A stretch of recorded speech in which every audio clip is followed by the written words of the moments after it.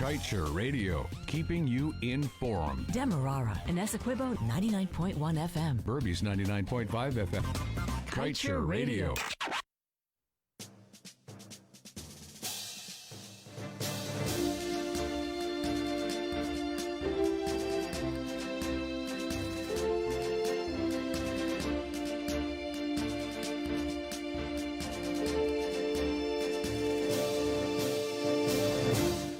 Evening, it is 19 hours 30 all across Guyana, and again it is time to enter room 592 where we unleash the truth this evening. At the helm of the program as usual, your host Dr. Yog Mahadeo, alongside his loyal co-host, senior journalist of Kaiser News, Mr. Leonard Gildarie, and their esteemed guest this evening, former minister and advisor of the Government of Guyana, Mr. Kit Nascimento. Good evening, gentlemen. Good evening, Kevin Smith. Good evening to you all, the entire crew, hard-working team at Kaiser Radio. Everybody there I know is working hard, except Mr. Gildarie maybe. And of course, let me take this opportunity to say hello to the entire Kaiser News crew that works so hard to ensure that investigative journalism is at its best. Ladies and gentlemen, welcome to room 592, where we unleash the truth.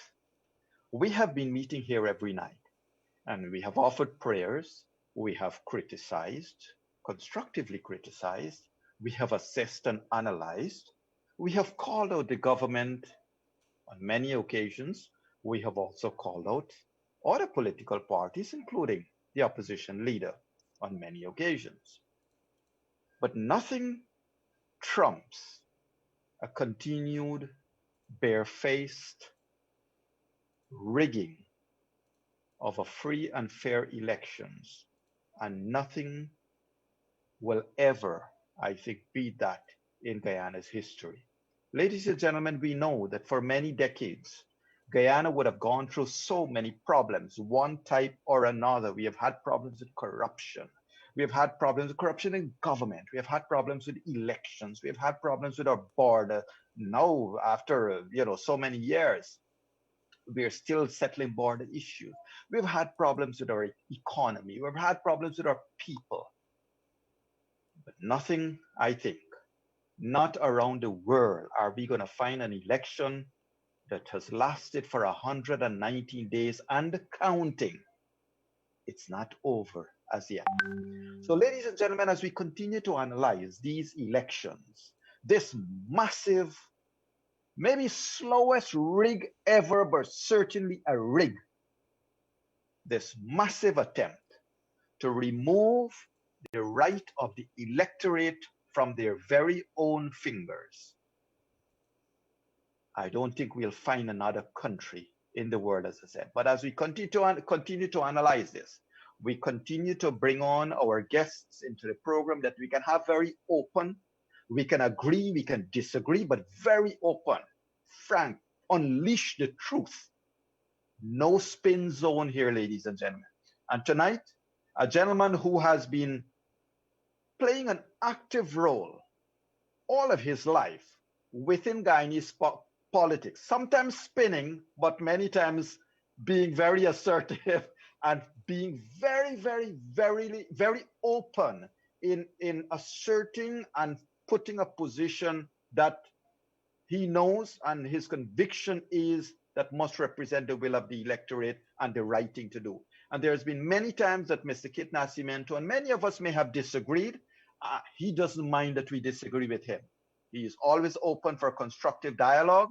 And so tonight, ladies and gentlemen, please allow me to introduce to you Mr. Kit Nascimento. He's been a former minister of government, past Government of Guyana. He has been one of those, I must say, who has been favored. Mr. Nascimento, I hope I'm not speaking out of turn here, but he would have been favored by no other than Lyndon Forbes Sampson Burnham.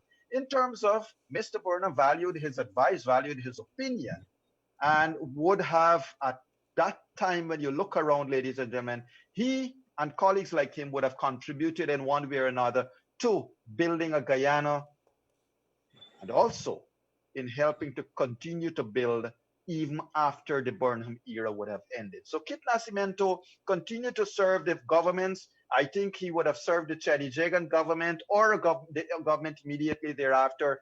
And his offer of advice and support has, and I know was extended to all the governments of Guyana.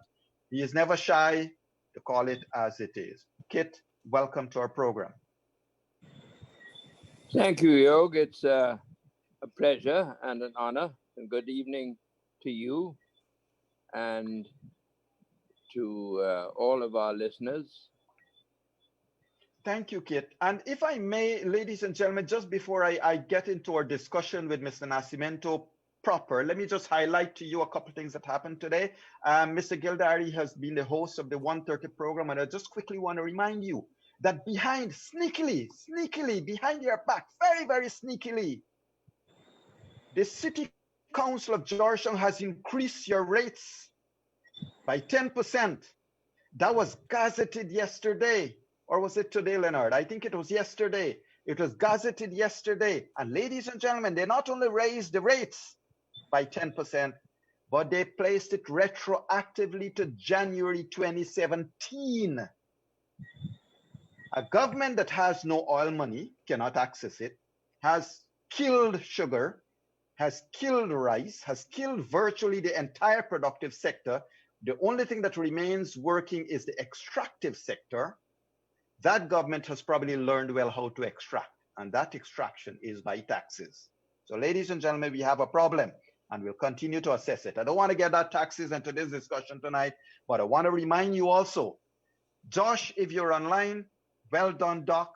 Yourself and another colleague has taken criminal action against Keith Lowenfield. And using the word criminal, Kit, I want to come right at you. You, in a recent viewpoint, you use the word criminal in addressing some of the action undertaken during these elections. And you have been, I would not want to say harsh, maybe it wasn't harsh enough, but you were extremely outspoken in your views against what is happening. Your opening comments there, Chris, or Kit, in terms of your description of what this government has been doing and the rigging of these elections. Well, first, let me also say good evening to Leonard. Hi, good evening, Kit. It's good to be on program with you. I've used the term criminal because that's exactly what it is. We've had two very significant developments recently, over the past 2 or 3 days. The first was Joe Harmon. Joe Harmon took to the radio in Antigua and on Bobby Vera's program and declared that the APNU AFC and this government will not accept the results of the elections, no matter what. This was followed last night by David Granger, who is still the country's president. David Granger went on the air and virtually endorsed every word that was spoken by his chief henchman, Joe Harmon, and made it plain for the very first time, because he's been hiding in the shadows, but for the very first time, on Benchcop's program,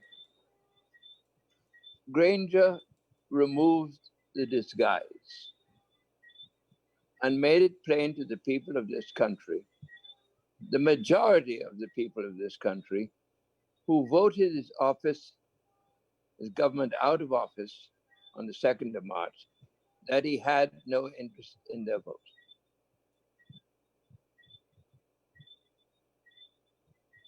Their behavior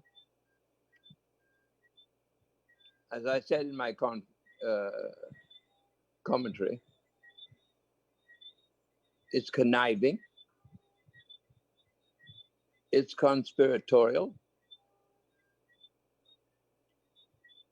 it's evil, it's ignorant, and it is criminally indecent. It began, of course, when we had the elections on the 2nd of March. Those elections were observed around the democratic world and by our local observers, one of whom I was privileged to be, to have been efficiently, properly, and credibly conducted on election day. The criminality began the morning after election day, when the statements of poll made it plain that the APNO-AFC government had been defeated at the polls by some 15,000 votes. Every single political party contesting that election, by the middle of the day after the election was held, that had the SOPs in their hands, public documents that were declared, every single major observing group that had those documents in their hand knew perfectly well that the government had lost the elections to the People's Progressive Party, C. The government itself, the coalition government, had those SOPs.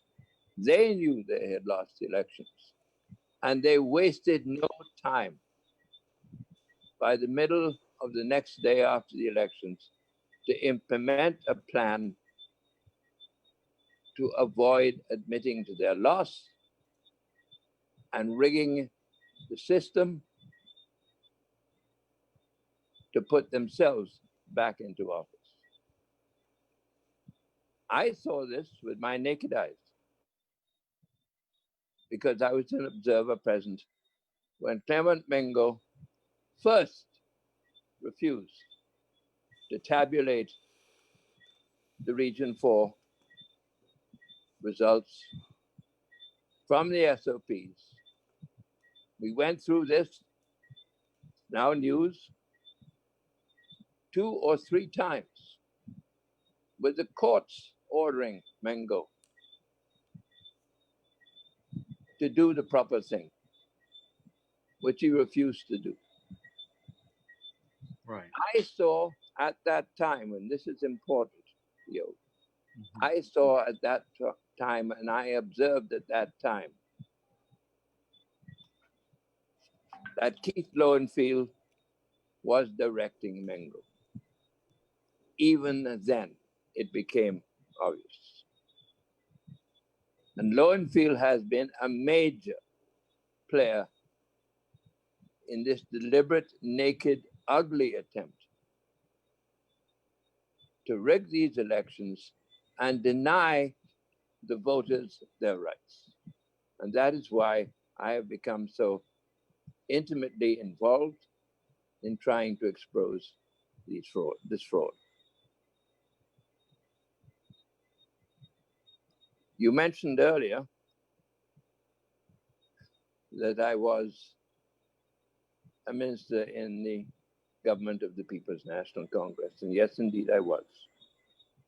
In fact, I was minister in the office of the Prime Minister first, and then when Forbes Burnham became minister, but became president, I became minister in the office of the president.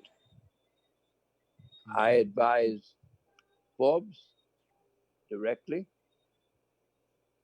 My office was next door to his. So I have played a major part Yes. in the People's National Congress. Mhm. And I'm here tonight thoroughly ashamed that it's this same party today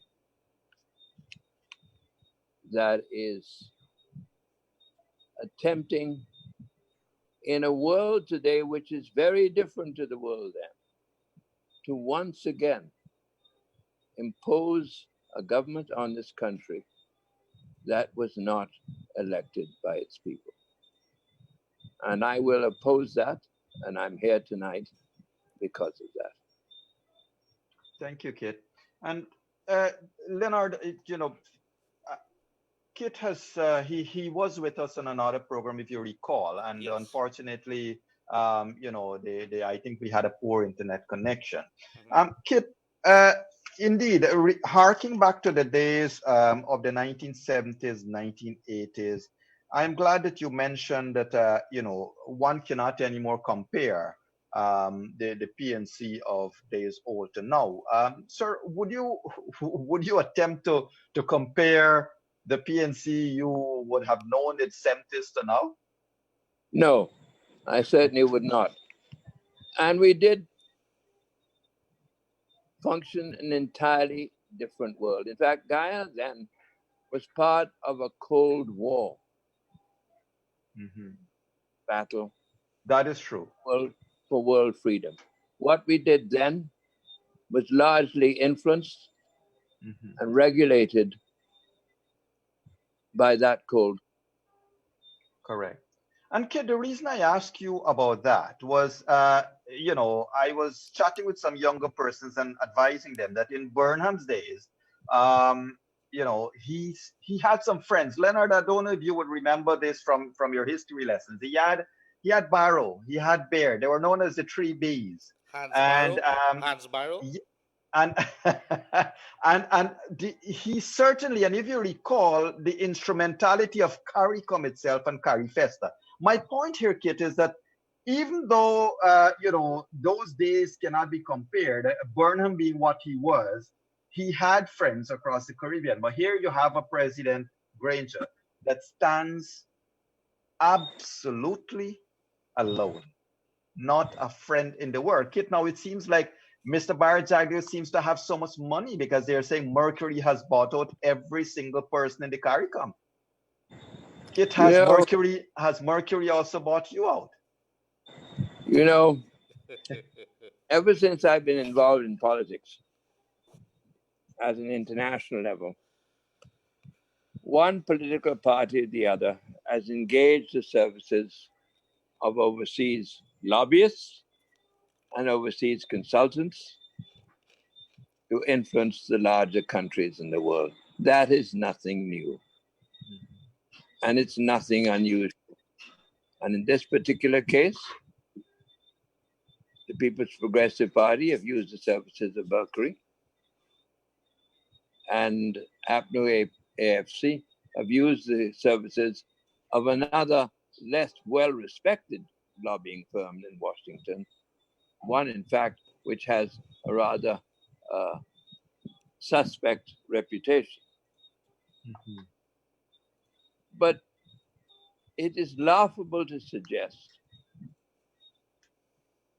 that anything that is occurring today in Guyana has anything to do with what the lobbying firms in Washington were hired to do. What's happening here is plain and simple a governing coalition that has refused to acknowledge and accept that they have been credibly defeated at the polls. So they have indulged in every conceivable means of avoiding that truth. Mhm. But they have been caught out from the very beginning. We had the US being represented here by the Carter Center. We had the Canadian, the UK, the European, the British diplomatic community represented here as observers. We've had the Organization of American States. American States, right? We've had the Commonwealth. Mm-hmm. And don't talk to me about that, these white people country. The Commonwealth do not represent white people. They represent the group of African, Caribbean, and Asian states. The Organization of American States does not represent the United States of America. It represents the whole of Latin America. And collectively, including, let us not forget, collectively, the very beginning, when this fraudulent attempt to rig the election results was exposed, they collectively condemned it. And they have done much more than that. They've made it very plain to Granger and his group that should they succeed, and God hope that they don't, succeed in returning themselves to government illegally and improperly and fraudulently, they will bring down on our country so much damage, not merely to themselves, but the country as a whole.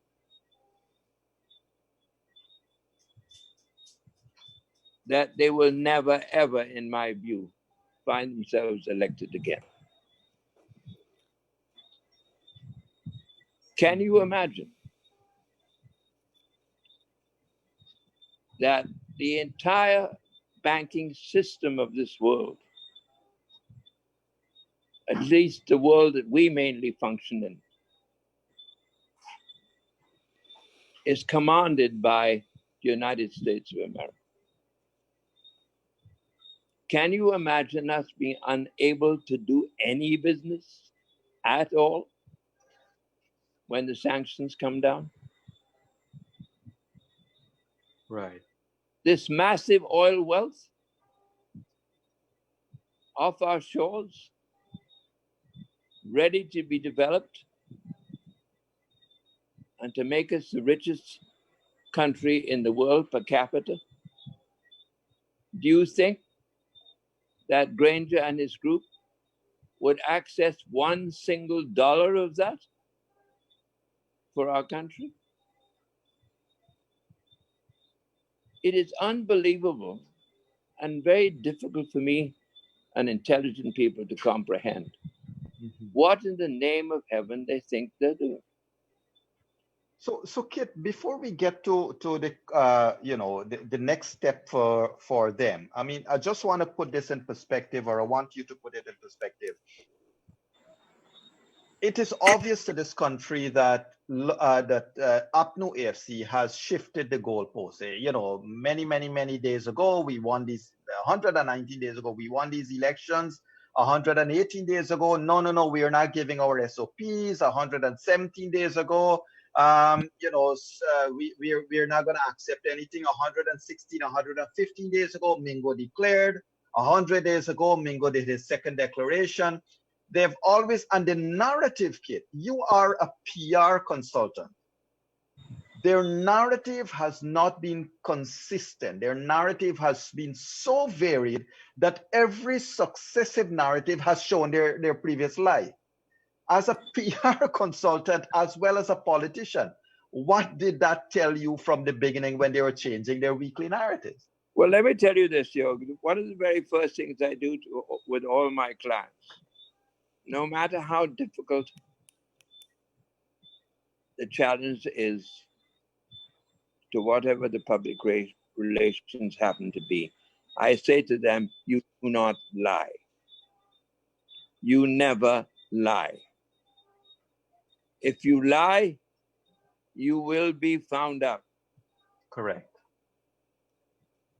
And because they have begun with the biggest possible lie you can commit, and that is denying a free and fair election in your country,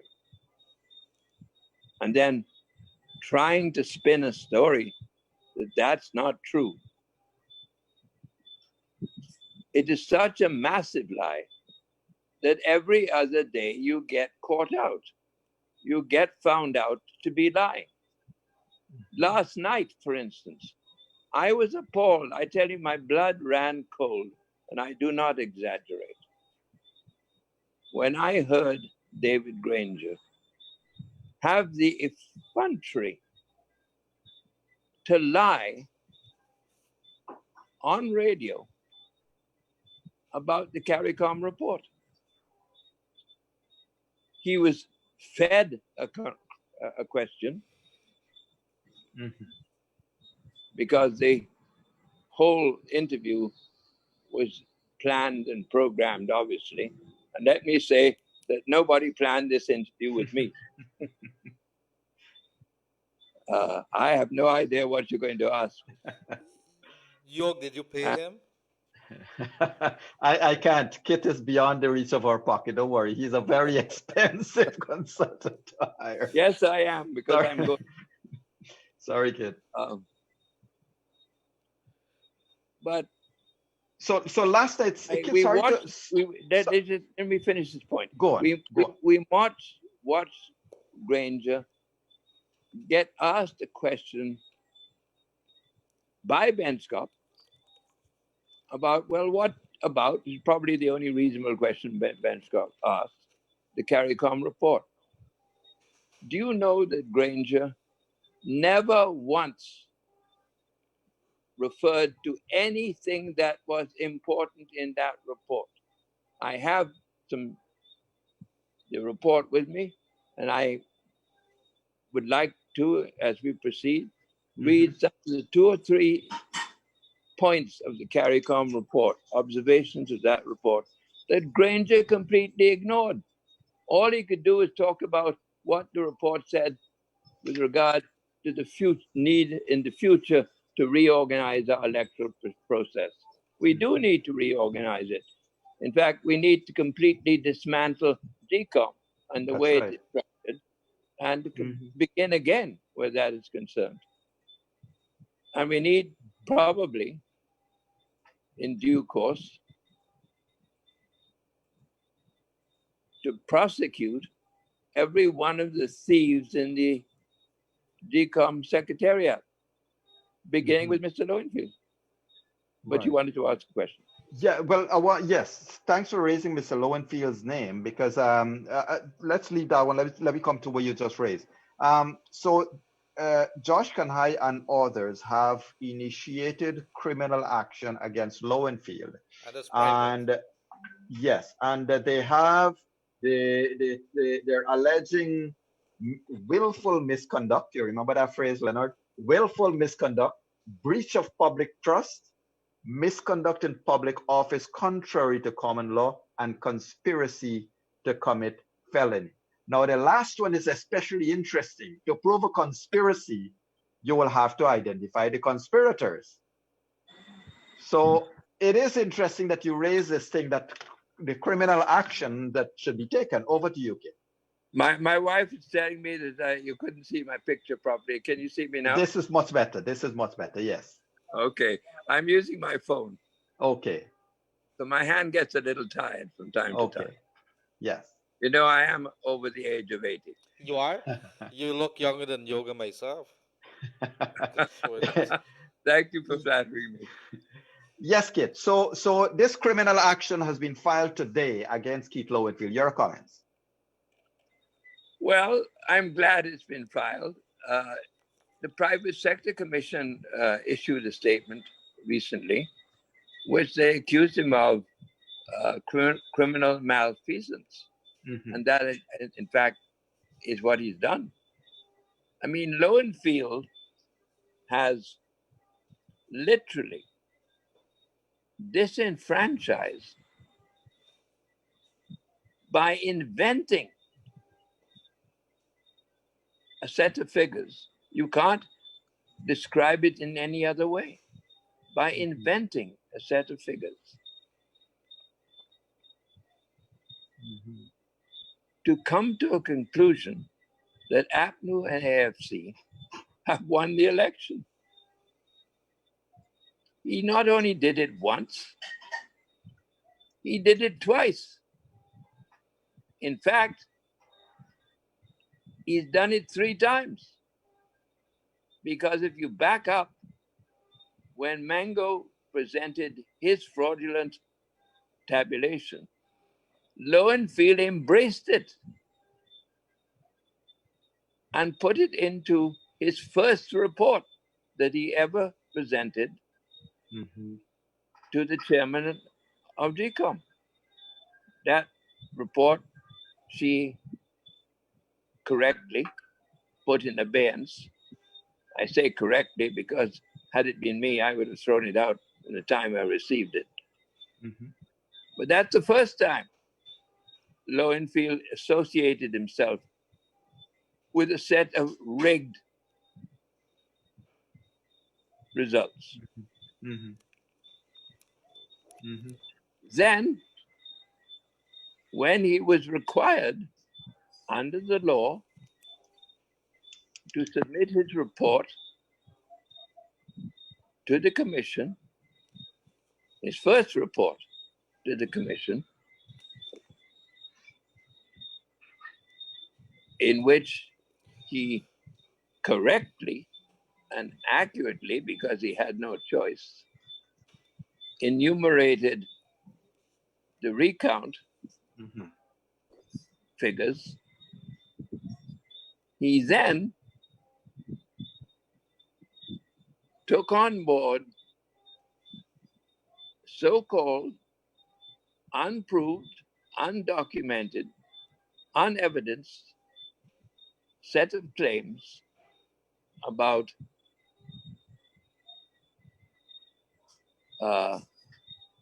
absentee voters, dead people voting, all kinds of documents not supposed to be there. Correct. Took those reports and gave the commission a set of new figures for which he had no authority to do. And then the third occasion, the chairman, Claudette Singh, Justice Claudette Singh, writes him a letter. I think it was on the 16th of June, directing in very specific terms that he must submit his final report, which takes the results of the elections, that is the recounted elections, and allocates the seats to the various parties on the basis of that report. First, he refused and disobeyed her instructions to present the report on the specious excuse and the unlawful excuse that the matter was before the Court of Appeal. In fact, the Court of Appeal had suspended for 3 days their decision. And in any event, never gave Lowenfield any directions whatsoever as to how he was to behave or not behave. But he used that as an excuse and a reference to submitting yet a third set of numbers. This time he was more generous to the PPP. Instead of knocking off 60%, he reduced it to 25%. But with one single objective in mind: present a set of false figures, which then the APNU AFC hierarchy have climbed on board and claimed they won the elections. Should he be prosecuted? He most certainly should. And I'm Right. sure will. Correct. And to our viewers and listeners out there, just to remind you that as of this afternoon, as of today, actually, criminal action, the filing of such criminal action against Keith Lowenfield would have been initiated. Among the alleged charges or among the alleged actions is one for conspiracy. And just to let you know, in terms, our legal team will advise us when they're here in tomorrow night's room 592, of course. But just to let you know, in conspiracy, the court is always interested in an element of intent and whether an action has been committed or not. Conspiracy is the planning, is the intent to commit an action. And so the legal filings, Leonard, I've read it very carefully because it is interesting. So the conspiracy that has to involve more than one person, of course, more than one person, as well as the acts that they have engaged in, like the willful act, the willful misrepresentation and stuff like that. It is interesting, and it would be interesting to see how quickly the courts can deal with these. But I think the entire country has breathed a sigh of relief with this initial action being taken against Keith Lowenfield. Wouldn't you say, Leonard? Well, I'm not sure. I'm not supposed to be breathing a sigh of relief here. I'm supposed to be standing on the fence. But let me ask you back a question, and maybe to Mr. Nascimento and yourself. You got to be careful when you stand on the fence. The fence can bore you. But anyway, go on. Yes, unfortunately. Yeah, That's it could be very I know what Kit is going to say, but I want to ask you, and I'd if love. you sit. Go ahead, Kit. Go ahead. No, you go ahead. You want to ask a question? Yeah. So here's a question. This is filed now. Is this likely to have any impact on the carrying out of his work? What he has to do, his job constitutionally? Well, it's not constitutionally anymore. His job towards GCOM that he's mandated to do. Is this private criminal charge going to have any impact on it? Well, he is not in the court's eye. Kit can comment here, but he's not guilty until so proven. He's innocent until proven guilty, and that doesn't stop him. And there is no injunction filed to stop him from continuing to function as he ought to function. The problem we have, Leonard, is Lowenfield. Kit, this is for you now, because Lowenfield seems to have his own notion outside of the law as to what his functions should be. And that is where the bigger problem is. Okay? Yeah, I don't think the court case matters at all. Mm-hmm. But it may matter later, but it doesn't matter now. What matters now is that Lowenfield is in violation of the directions of the chairman of the Elections Commission. He has disobeyed her. And he's in violation of the law. Lowenfield is a contracted employee of GCOM. He has no constitutional status of any kind. He can, in fact, be fired by GCOM. Kit, just stick a pin. He's also in violation of the Court of Appeals stay. The Court of Appeals gave a stay for 3 days. Go on. Yes, I mentioned that earlier on, if you remember. Yes, that he was. Mm-hmm. But more importantly, he's in violation of the directions of GCOM. And he still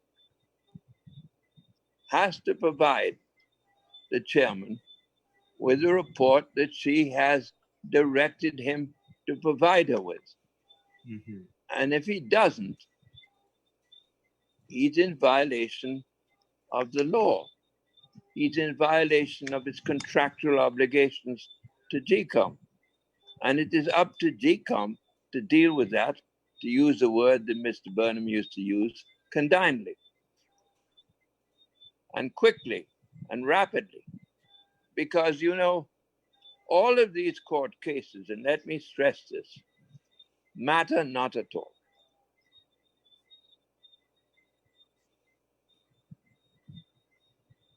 The Court of Appeal issued absolutely no directions with regard to how you determine whether a vote is credible or not.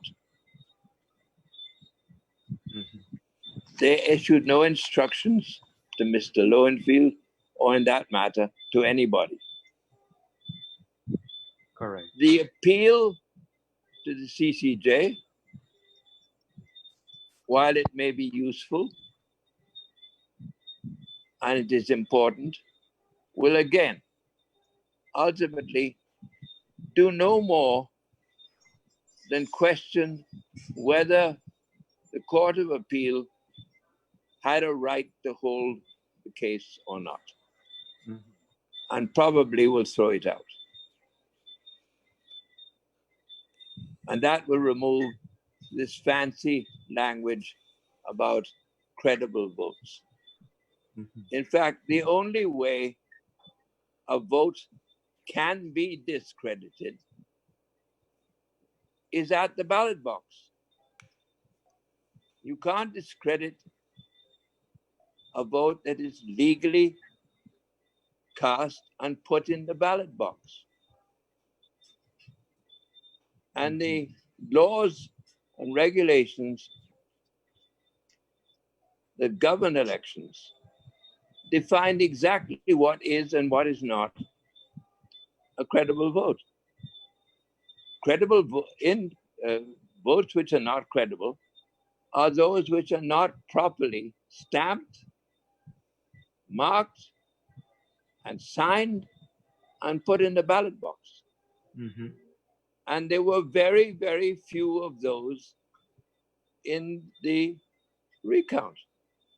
So every single ballot that has been counted and signed off by all of the participating parties, and indeed signed off by GCOM itself,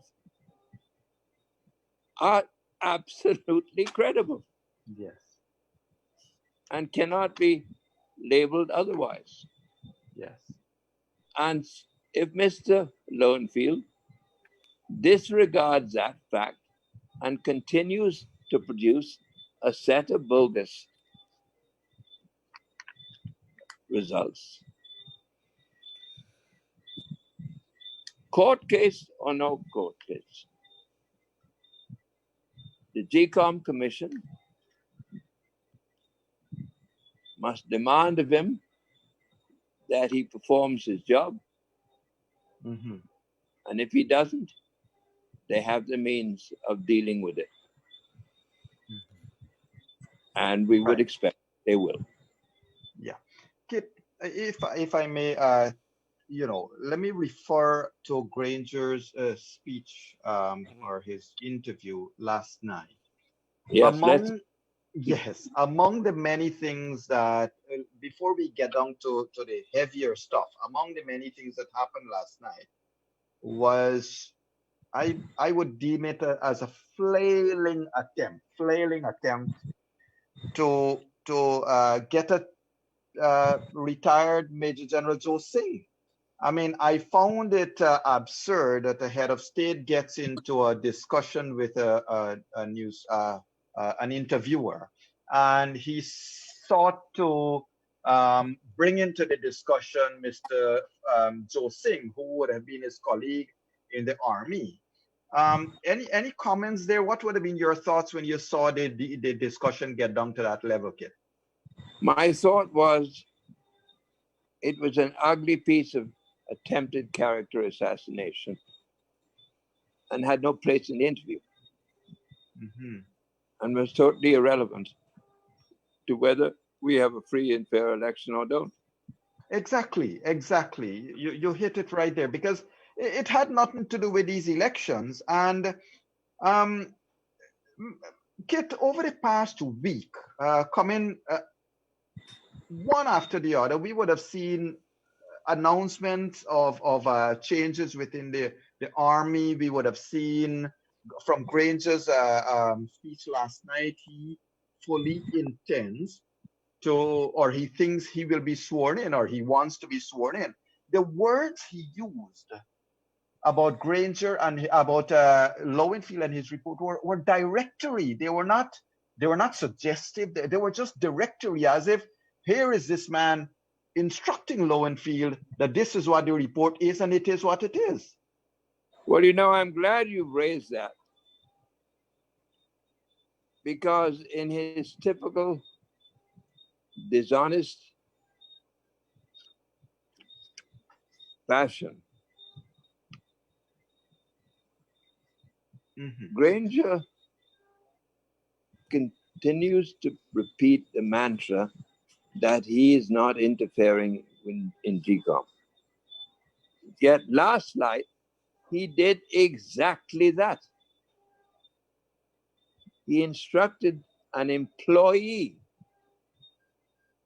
of GCOM as to what he must and must not do,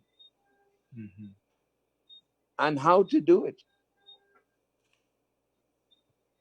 And he went on to say that GCOM are under an obligation to accept what Lowenfield presented. Yes. So in fact, Granger went ahead not only to direct Lowenfield, but to direct the commission itself, and indeed the chairman, as to what they and she must do and not do. And that is not interference in the affairs of GCOM. You know, a long time ago, a month or so ago, I described Mr. Granger as a hypocrite. And the Ministry of the Presidency wrote me a nasty letter condemning, how could I say that of this man who campaigns on the basis of honesty and integrity. Well, I did invite them to sue me, and unfortunately they didn't, because it would have been very interesting getting Mr. Granger in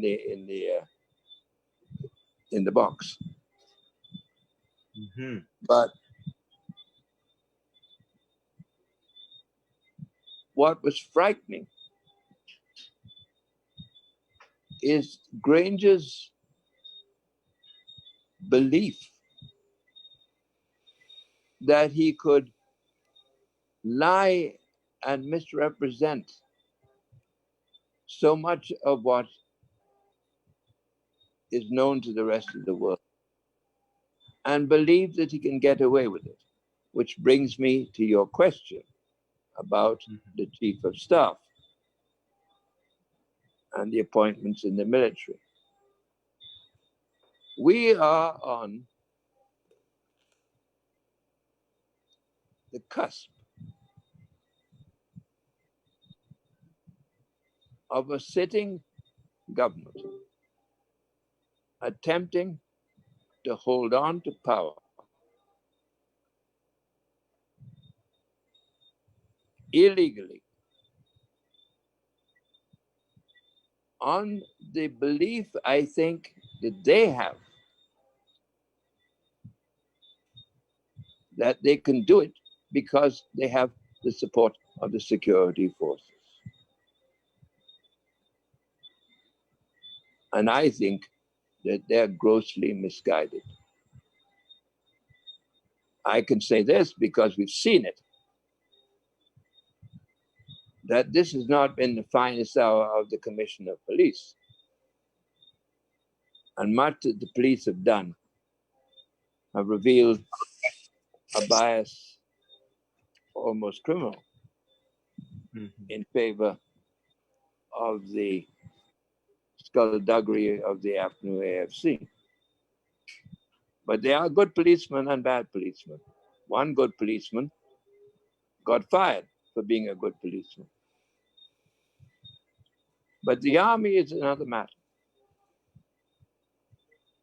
Both the army and the police are sworn to an oath of allegiance, not to the president, but to the Constitution.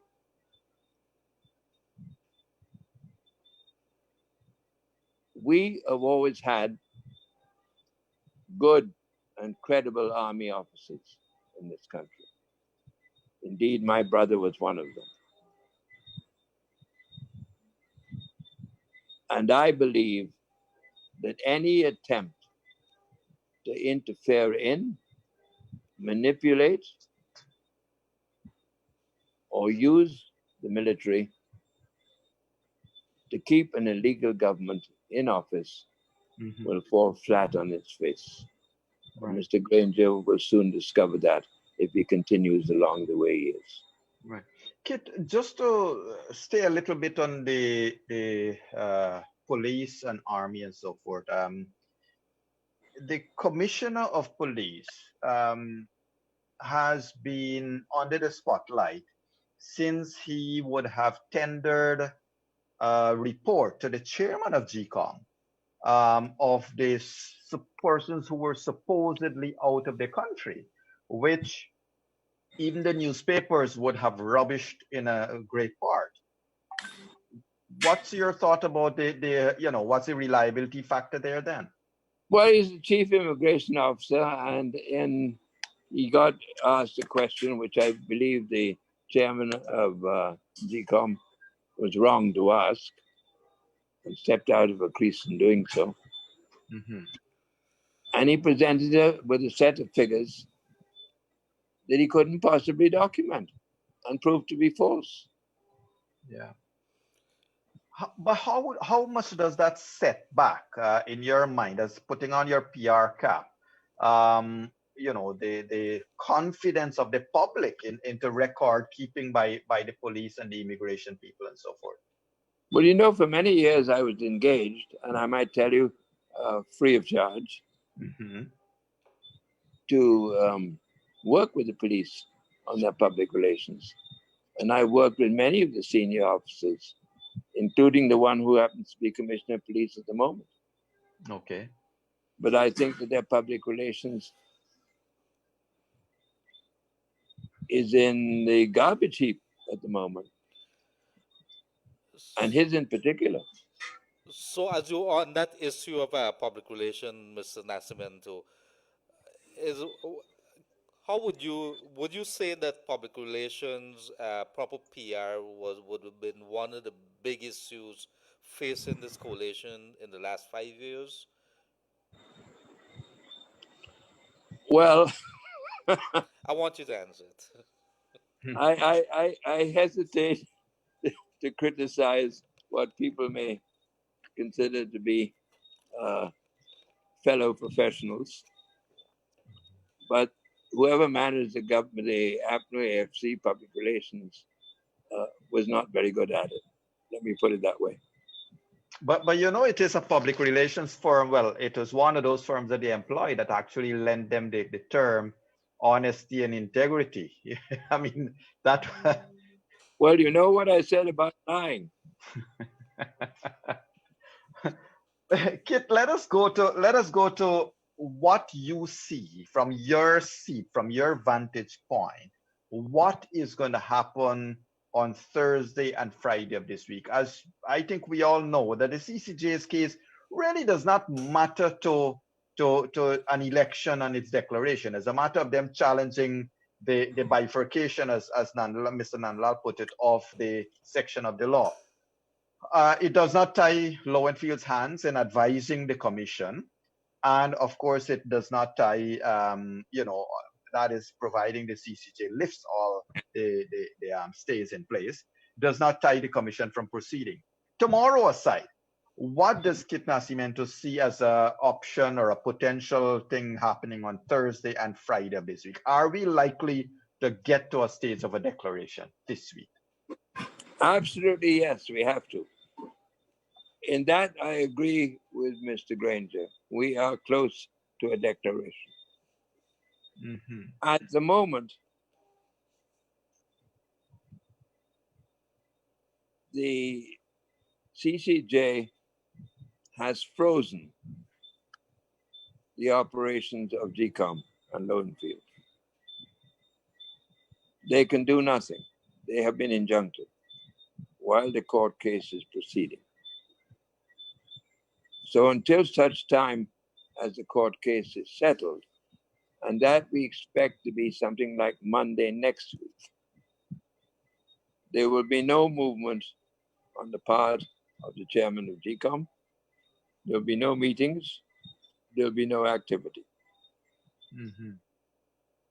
But the moment the court case is finished and that injunction is removed from GCOM, it becomes the immediate responsibility of Justice Singh to give firm directions to the Chief Elections Officer to submit to her the allocation of the seats based on the recount. Mm-hmm. If he refuses to do that, she has within her authority the full force of the law to get rid of him. Mm-hmm. She has to immediately call a meeting of the commission. Well, we know exactly where the APNU AFC commissioners are going to go and what they're going to do. They've done it all the time. They're nothing more than employees of Granger. Mm-hmm. And they see themselves and their jobs in there as part of the activity to rig the elections. But Kit, your presumption, Just let me your finish my sure. thought. Mhm. There will be a vote. And the vote will be cast by the chairman of the Elections Commission. And there is no doubt in my mind, as the judge she is, with the reputation that she has, with the world looking on and over her shoulder, that she will declare a legal government based on the recount and move to a swearing in. Mm-hmm. And that will happen quite quickly. And it Thank you. will not be Mr. Granger that gets sworn in. My question, very quickly, Yog, if I can, to Mr. Mm-hmm. Nascimento. Sure. What gives you confidence that would make you say that the president will concede? Because we have statements coming out recently, as late as this week, that He won't concede. Pardon? He wouldn't. He will not concede. And so what happens then?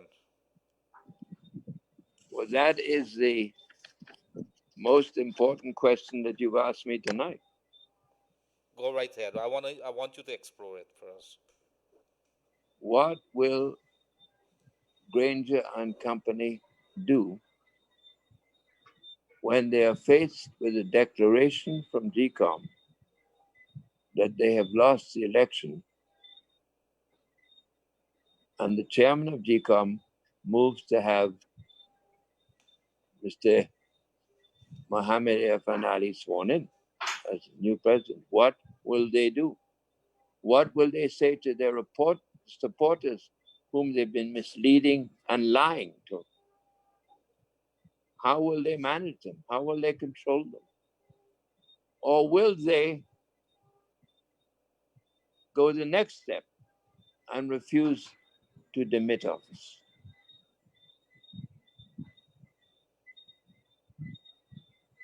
We can only hope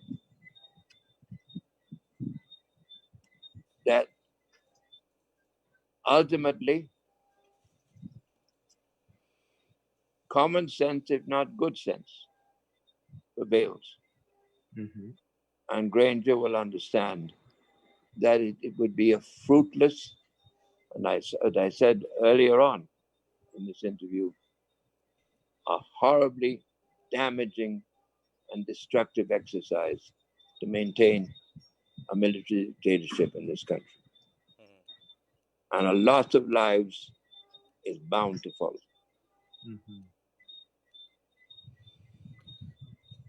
But Kit, Does Mr. Granger want to go to his grave with that on his conscience?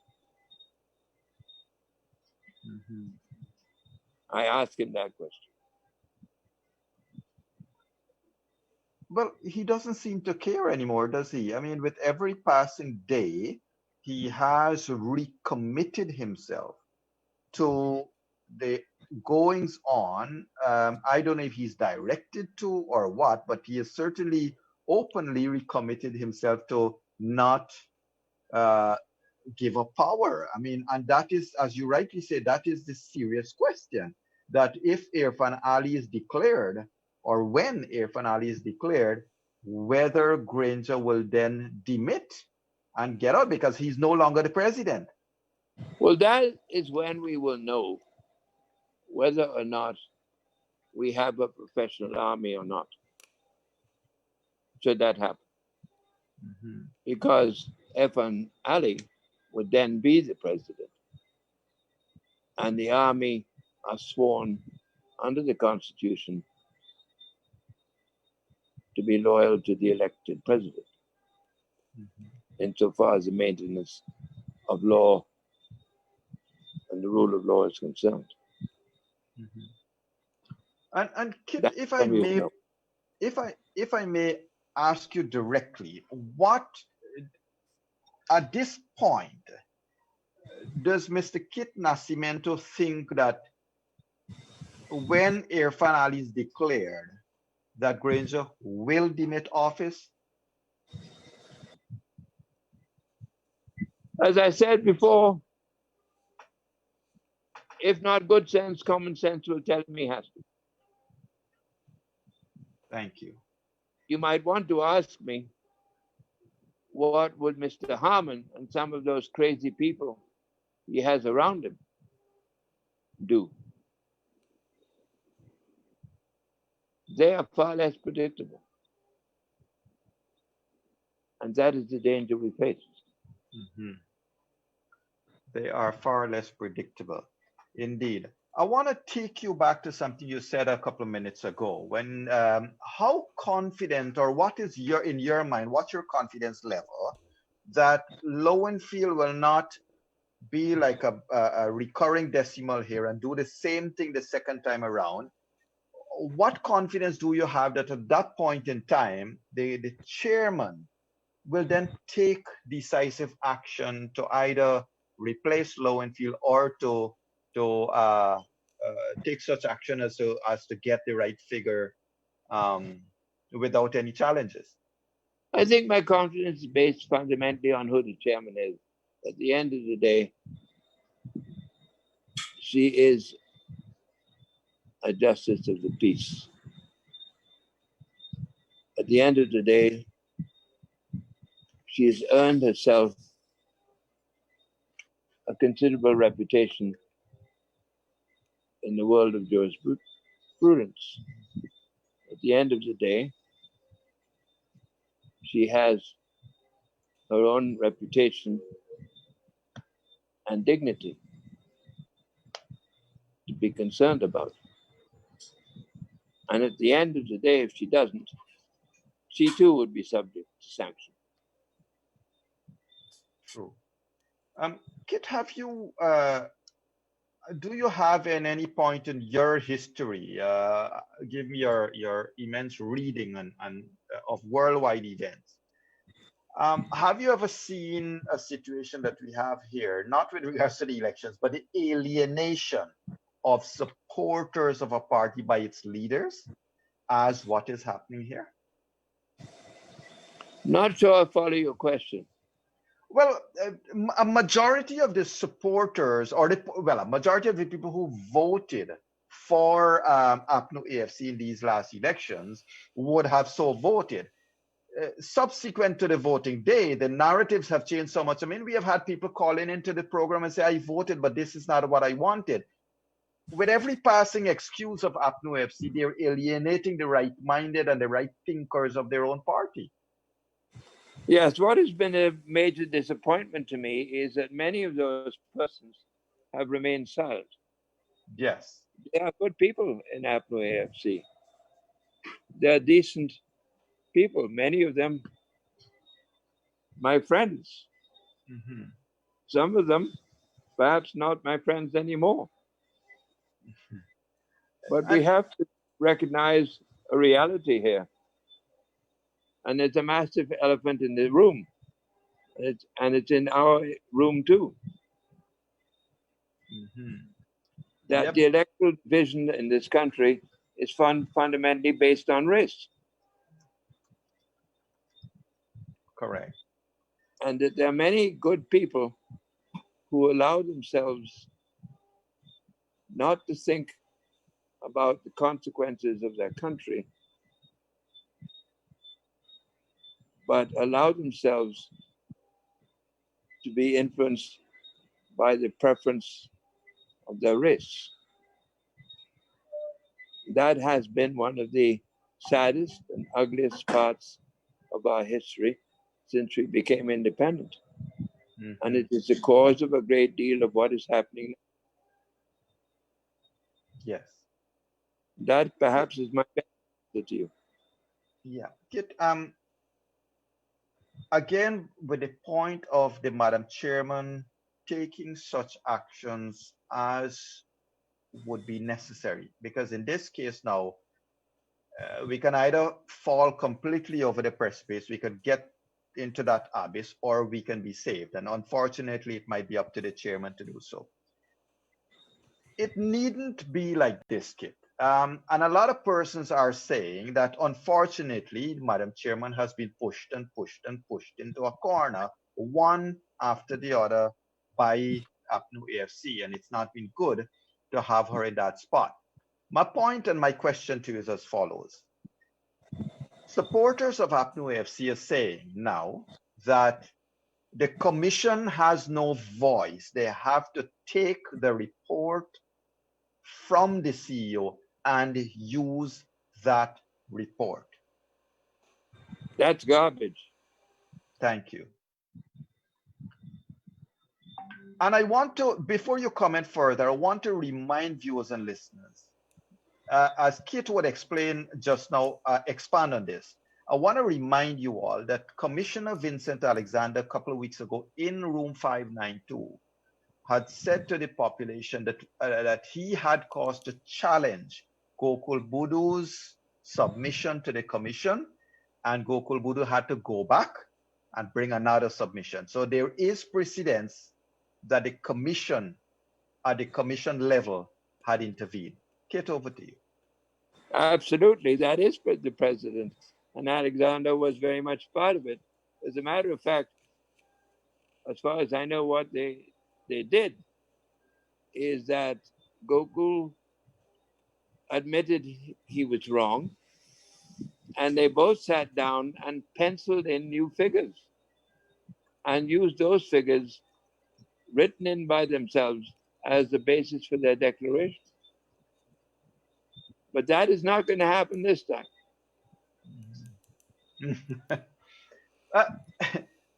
Kit, what's the likelihood? Again, I'm pushing some hypothetical scenarios at you. What's the likelihood that the government commissioners, a meeting will be summoned by the chairman, the government commissioners will not turn up to that meeting, which is going to push it back another 24 hours again? What's the likelihood of that happening, sir? I think very likely it will happen. Mm-hmm. But it won't really matter. So we may be looking then, Kit, if one were to take all of these things into play, Leonard, we're looking at next weekend then, because they have to go and come, and then Lowenfield would have to do his thing, and then who knows? I mean, I don't say this in a negative way. Who knows how Lowenfield might be affected by this court case now? So there are many things at play here. And Leonard, your elections watch and so forth has to get a longer life, even, my friend. Well, I hope not. I hope that they could come and we could start talking community development or something like that, and take some calls on Hmm. that. But if I'm to make a prediction, I would say I see another court case looming, and that is what I was advised, that when this come back, there is going to be more than likely Lowenfield is not going to want to do something, and then there's going to be a court case because he is going to refuse, and they're probably going to move him and or attempt to remove him, and then he's going to go to court, and so we are going to be heading there. And that is one scenario that I'm at least looking at, and I believe that we will be going back to the CCJ. Hmm. I, I I am not a lawyer, so I'm not going to stick my neck out here on this one. But Hmm. it is my understanding that once a declaration is made by DCOM, it cannot be challenged in court other than a petition, an election petition. Okay, gotcha. Kit, with regards to the immediate things that ought to happen then, give me your experience in the field in politics and as well as PR. Immediately, given also Granger's statements last night, there is an opportunity ahead then that APNU AFC could still corral, could still start sending a message of change to its supporters, knowing that it lost. Is there in your mind a likelihood that it will do so? Or is it going to wait for the ball to drop and then say, hey, it wasn't us, GCOM rigged these elections for the PPP? Left to Mr. Harmon, the latter will be the case. Mr. Harmon is not going to back down on the lies that he's been telling. Mm-hmm. Mr. Harmon is going to have to look for somewhere to run to. Mm-hmm. And in terms of the immediate picture for a new government that will be sworn in, how, let's say number 1 to 10, let us put 1 to 10, priority number 1 being the highest and most important, of course. How important is constitutional reform, and what would Kit want to see as the first kind of constitutional reform that needs to be put in place? We're seeking your professional help for free here. We got to take advantage of that. You mean you are denying me the opportunity to be hired for a good fee to advise the Constitutional Reform Committee? This is pro That's bono. very unfair to Yes, Kit. How much priority would you give constitutional reform in a 1 to 10? 1 being of greatest priority. Well, it's not merely constitutional reform. You have to begin by reforming the entire electoral system. Mm-hmm. You have to begin by dismantling GCOM. But you do need constitutional reform, yes. We've needed it for many years. We've moved in the direction of it. Unfortunately, whichever government is in power suddenly forgets the need to do it. APNU promised it as a major part of their manifesto. They never delivered on it, didn't even try to deliver on it. PPPC, to their credit, delivered on some part of it, but then did not complete it. Is there a limit to the number of criminal charges, private criminal charges, that can be filed against Mr. Lowenfield or any other persons of GCOM as may see fit by the people of Guyana? My only answer to that would be, I hope it's enough for them to put him in jail. But Kit, add to your consideration for answer would be, Yeah, add to that would be your comment for a call for a complete, full commission of inquiry into GCOM for the 2020 elections. Oh, I think that's inevitable, Yo. That's inevitable. Mhm. That will happen. But you know, any such inquiry, if the PPC are smart about it, Mhm. should be conducted with expertise brought in from outside of the country, And so as to relieve it from any taint of political bias. should Guyana be worried, gentlemen, that tomorrow there's going to be the timing of the swearing of a new army chief acting, and that's going to be done as early as tomorrow? Yeah, what about the timing there? Huh? I believe that what is happening there is very wrong. In the current circumstances that the country finds itself, I think it is appalling that the Chief of Staff should take his leave on retirement at this time and a brand new Chief of Staff be appointed in the interim. Mhm. It reeks, unfortunately, of suspicion. It totally undermines confidence in the independence and credibility of the army in these current circumstances. It is a horribly bad public relations Mhm. thing to do. And especially when one considers the on the other side in the police force itself, the commissioner Yes, I of saw that. police, I saw that. I saw that. yeah, has I think accumulated between the commissioner and the assistant is over 500 days or something like that. And they're not going off. Well, exactly. I mean, you have to ask yourself, and you can't help asking yourself, and the nation is asking itself, what in the name of heaven is going on here? That is why I say that where it may not be anything untoward, it Mhm. certainly leads to a serious discussion about the credibility of what we see happening and Mhm. what's happening. And it's most unfortunate.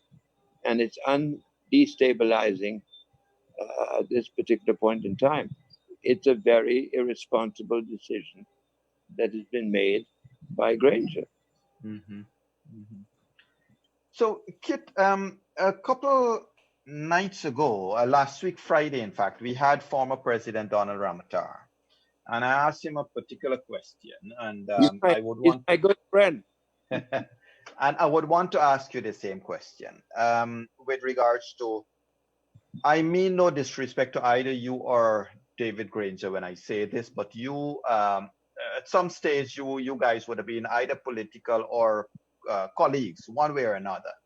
Um, what is Kit Nascimento's advice for a colleague or a former colleague that is now the incumbent outgoing president of Guyana?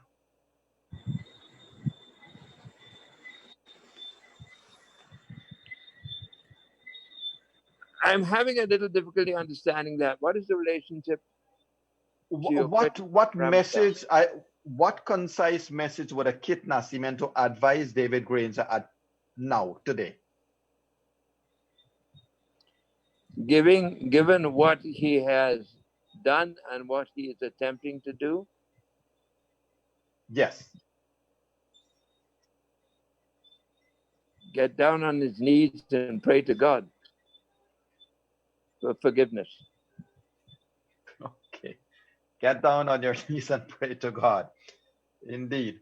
And Kit, in terms of let us talk about the country. The country obviously has been reeling, and this is not related to COVID, with the sheer political gamesmanship. How much of a challenge will the healing be for the next government? Huge, manifestly huge. The last job in the world that I would want would be the next president of Guyana. Hmm. Very difficult indeed, massive challenge. Very great efforts are going to have to be made to cross the divide that we've created in this election standoff.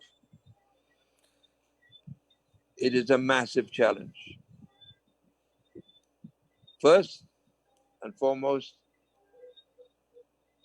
is we have to begin to recover the fact that we're not African, Indian, Portuguese, Amerindian, or Chinese, or some mix of that.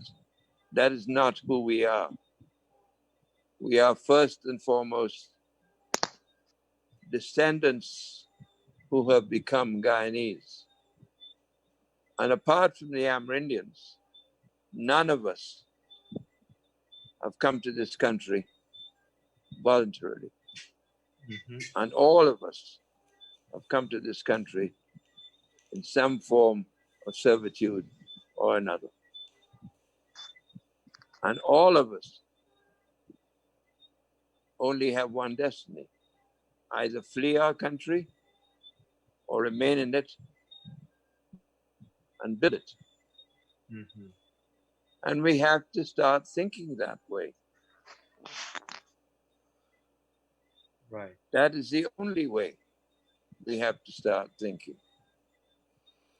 We haven't done that since we become independent because our part is on race. The power base of our major political parties, from the time we became independent, and we are all familiar with the history of it, from the time of the split between Burnham and Jagan, that is what has happened to us. Correct. Constitutional change will help that. But much more important than constitutional change is attitudinal change. Let us decide who we are. Are we Guyanese or are we something else? I know Correct. who I am, and I know who I always have been.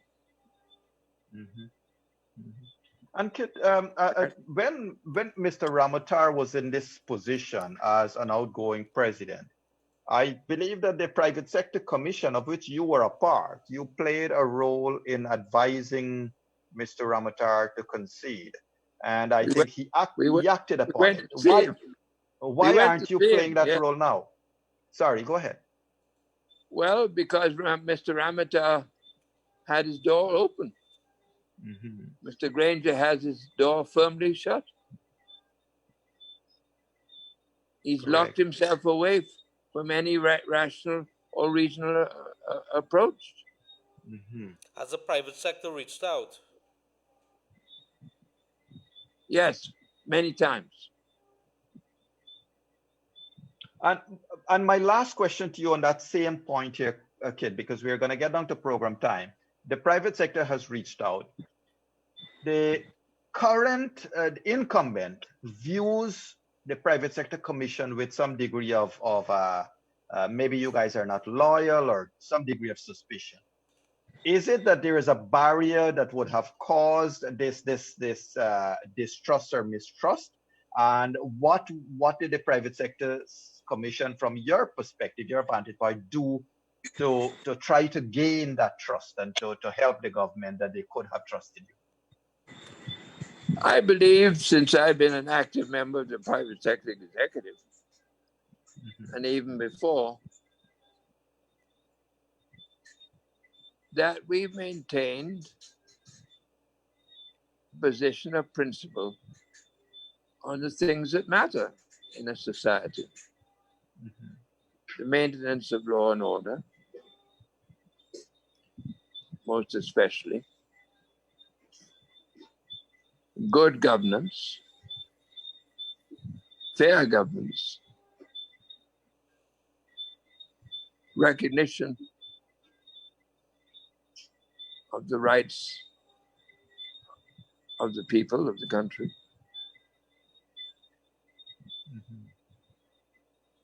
and of course, the building of an economy which is going to provide employment and good wages and salaries. That's a private sector priority. Correct. Always was, is, and always should be. But private sectors invariably find themselves, for one reason or another, at one time or another, on the opposite side of the government of the day. And it is much a responsibility of the government of the day to reach out to the private sector as it is for the private sector to reach out to the government. Well said. Well said. And Kit, we have 2 minutes to go for wrap-up time. What would be your closing comments, sir? I suppose I can only say that democracy prevails, that we overcome this horrific attempt to steal the people's vote, that we elect the president who the people chose to be their president. We move forward, hopefully, and eventually, as a united country, and take enormous advantage of the wealth that is lying offshore. Let's do that. Do it before I die. I only have a few more years to live. I'd like to see that happen. Thank you. Thank you, Kit Nascimento. Ladies and gentlemen, this was a discussion with Mr. Kit Nascimento, former advisor to the government, various governments of Guyana, and of course, a former minister of Government of Guyana. It has been great to have a frank and open discussion with Mr. Nascimento, who is a PR consultant, and I can tell you, he is good at what he does. He's also been a mainstay within the Private Sector Commission and has always, taken the side of speaking out and speaking out for what he believes in. Leonard, tomorrow we are going to have Elections Watch, and I just want you to, remind our viewers what's up for tomorrow, because I do know that you would want to cut in and out depending on the feed from the CCJ. Yes, the feed I understand. Thank you very much for that, Dr. Yog Mahadeo. The feed for that is going to be starting early in the morning, I understand. And so we are going to be for the 1:30. Let's see how it goes, but we're going to bring you up to date as to what has happened. And I think in the evening too, but we're going to be with you at 1:30 to bring you a wrap up, or if you want to bring a roundup of what has transpired in the court. But what is going to happen tomorrow is the oral arguments in that CCJ case. And I think room 592 is probably where we bring on some legal minds to give you some analysis of the day's play. So over to you, Yog. Indeed. Thank you for that. And yes, Kit. Yog and Leonard, I want to thank you very much for having me, and I want to thank our audience for having listened to us. Thank you so much, Kit. And we'll certainly be in touch, because I would still like to do a discussion with you one day after these elections are over and done with, to share some of your experiences of the 1970s and 1980s, if you don't mind, sir. Before you get the book written, we want to talk to you. We're looking forward. I've always been receptive to the media. Thank you, sir. So, ladies and gentlemen, tomorrow, indeed, you will join us on Kaiser Radio as we look to bring you the feed from the CCJ. And I must tell you that tomorrow night, we already have invited and gotten a response from Mr. Sanjeev Dattadin to join us in room 592 to discuss the day's events at the CCJ. We will continue to assess what's happening. We do know that Elections Watch under Mr. Leonard Gildarie and room 592 with yours truly and Mr. Gildarie will continue to bring you the updates, the analysis, and of course, every other detail that might be happening pertaining to these elections and where we go as a people. Ladies and gentlemen, as we wrap up tonight's program, I wish to remind you all, politics is what it is. I wish to remind you all again, as I did last night, this country is yours, is ours, is all of us put together as a people. When we allow the politicians, when we allow, like what is happening presently, to split us apart as a people, we're also allowing years of divisiveness.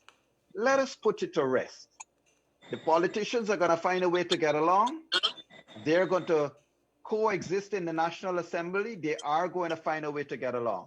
You and I need to find a way to overcome these challenges now and not wait for tomorrow. Tomorrow, ladies and gentlemen, also, let's remember our children will be undertaking their first exams.